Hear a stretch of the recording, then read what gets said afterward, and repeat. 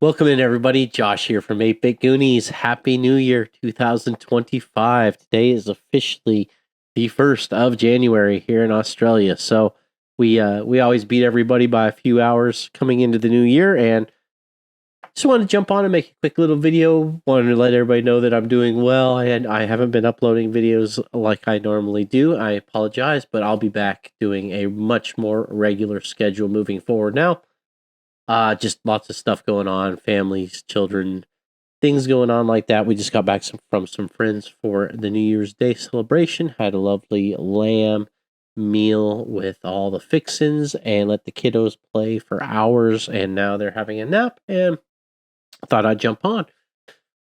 To be honest, though, there just hasn't been that much to talk about, right? I mean, we're all kind of just holding our breath for this for Prismatic Evolutions just to see what it'll bring. Speaking of, I've made one purchase in the past, I don't know, a little while now. It's been a while since I purchased any cards. So I did get the Japanese Roaring Moon from the Japanese Prismatic Evolution set, the Trasta Festival set. Again, that just goes with my Shinji Honda artwork. So I'm a big fan of their artwork. So gonna keep buying those. But yeah, other than that, like I said, I've been laying very low. I've actually been liquidating some of my cards that have gone up. So I've got a lot of cash standing by to deploy if need be. So that's kind of where we stand right now.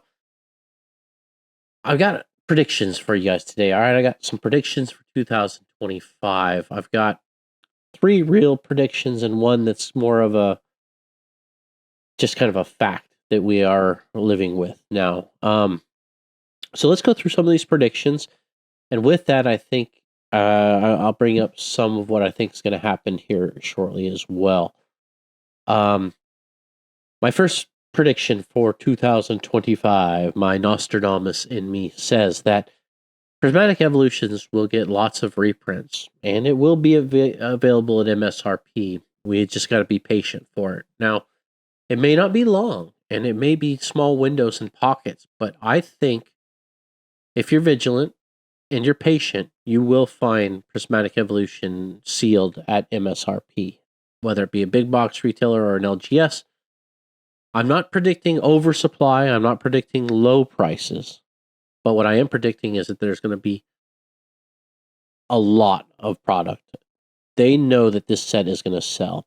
And I think they're going to put a lot of product out there. Now, the hits may not be good. There might not be a lot of the singles because there's so many, 32 or 34 special illustration rares. So it's going to be a trick to get the one you want.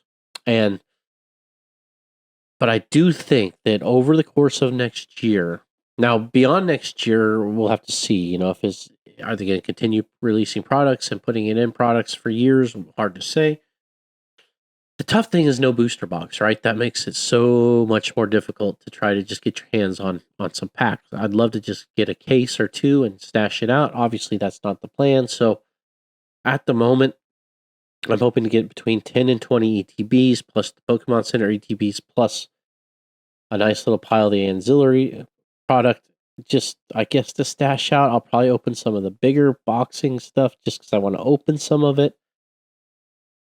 But kind of really waiting for the 17th now just to see how this all shakes out. And so far, all of my pre-orders nobody's canceled anything on me. So fingers crossed it all shows up. But yeah, that's my first prediction for 2025 is that Prismatic Evolution will be around. I guess let's lead into my next prediction with that one is there's going to be a market correction. There's going to be a cooling off period. There's going to be a burnout period. All right. So much money and so many people have flocked into the Pokemon, the Magic, the collectible space. And it's not just all those. The stock market, there's the crypto markets, all of that. Everything can't go up forever, guys. There's going to be a retracement. There's going to be a cooling off. How drastic? Is it 10%, 20%, 50%? I think it's going to vary on the cards and the market, the product and the market, of course. I do see though a retracement happening. That's why I've taken a lot of wins. I've sold a lot of cards that have made significant gains, and I'm holding that kind of in an escrow, kind of in my own side account, ready to deploy when prices come down, because it's going to happen, guys.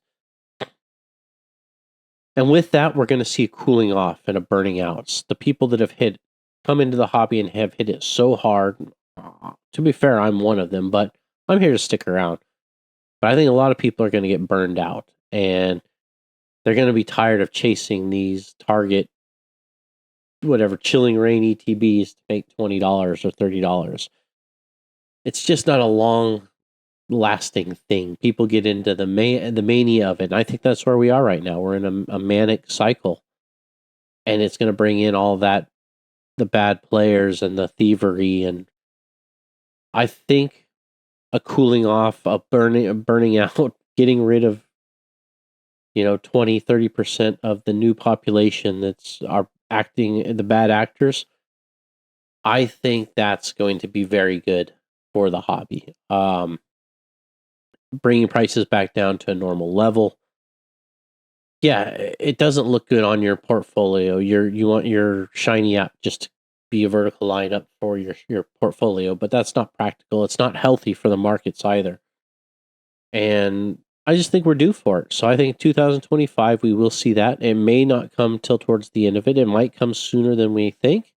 It might be February, March we start to see it. And I see some of those big cards, the Mew EX. I've got these cards, the Giratina, the Umbreon VMAX. I see those cards pulling back 20 to 40% on their pricing. Some sealed doing the same thing.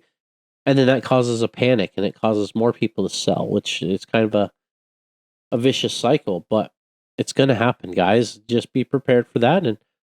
And don't look at it as a bad thing. Look at it as a buying opportunity. Same in the stock market. If the stock that you've been buying for 5 years takes a 20% drop, look at it as a 20% off sale. Don't look at it as you lost 20% of your portfolio. That's, you gotta look at it as a sale.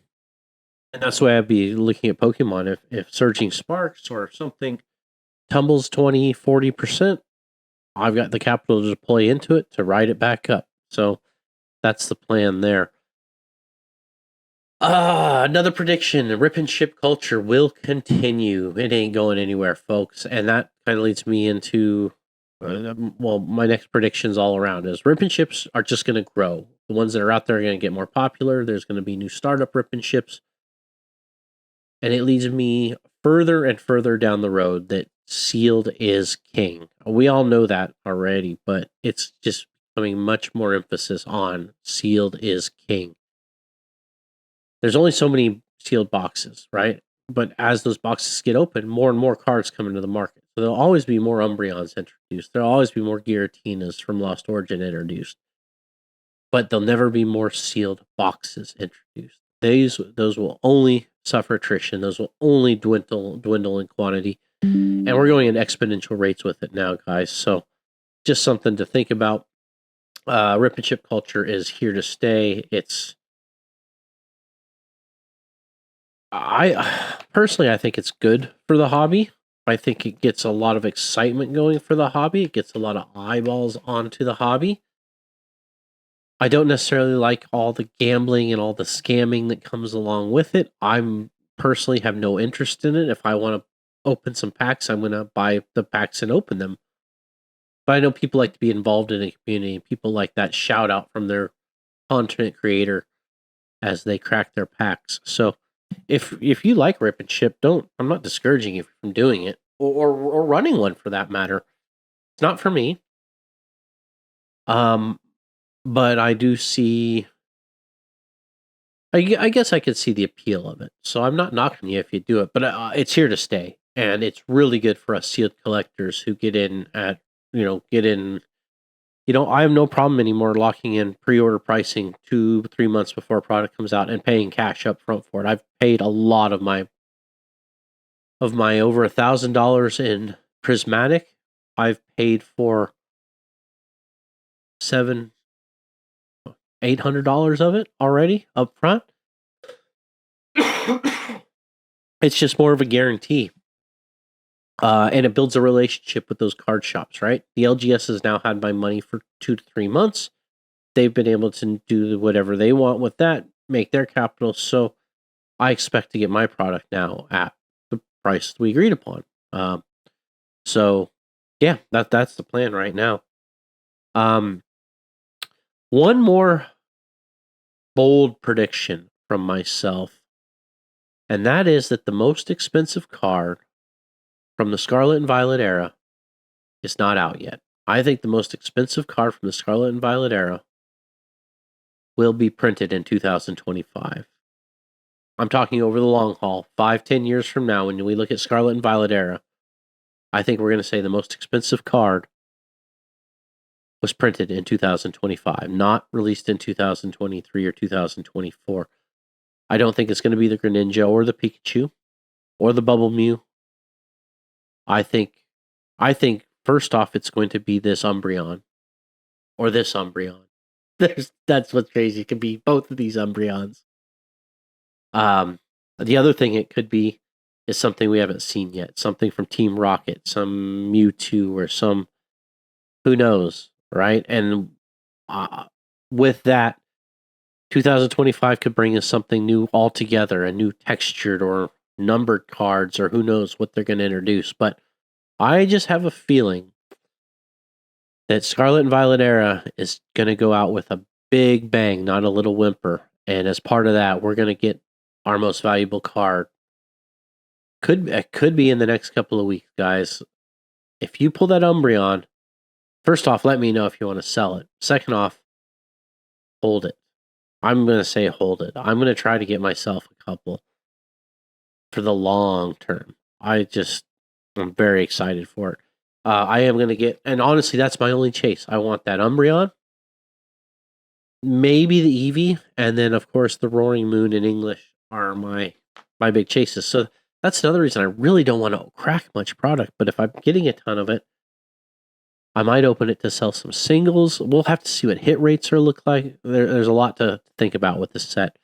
I do have some. I got some great ideas coming for videos. I got some deep thoughts I've been thinking, and I want to share them with you guys. But yeah, it's the first of the month or first of the year, first of the month, first of the year, all that together. Thought I'd get out some ideas, something I could come back a year from now and say, am I right? Am I wrong? Who knows? Who knows today? Hindsight will be 2020, right? So year from now, we'll come back and see if any of these are right or if I was completely off base. But yeah, that's really my big prediction is that there'll be plenty of Prismatic Evolution out there. Bide your time. Be patient. Don't pay more than MSRP. Don't feed the scalpers. There will be a correction in the market. There's a cool off coming. Burnout's going to happen. We will see it. Don't fear. Don't sell. If you haven't taken profit when your card starts to drop, don't sell it at a low. Just give it some time. Rip and chip culture, here to stay. It's growing, and it's only going to solidify the fact that sealed is king. Park your money in sealed for the long term.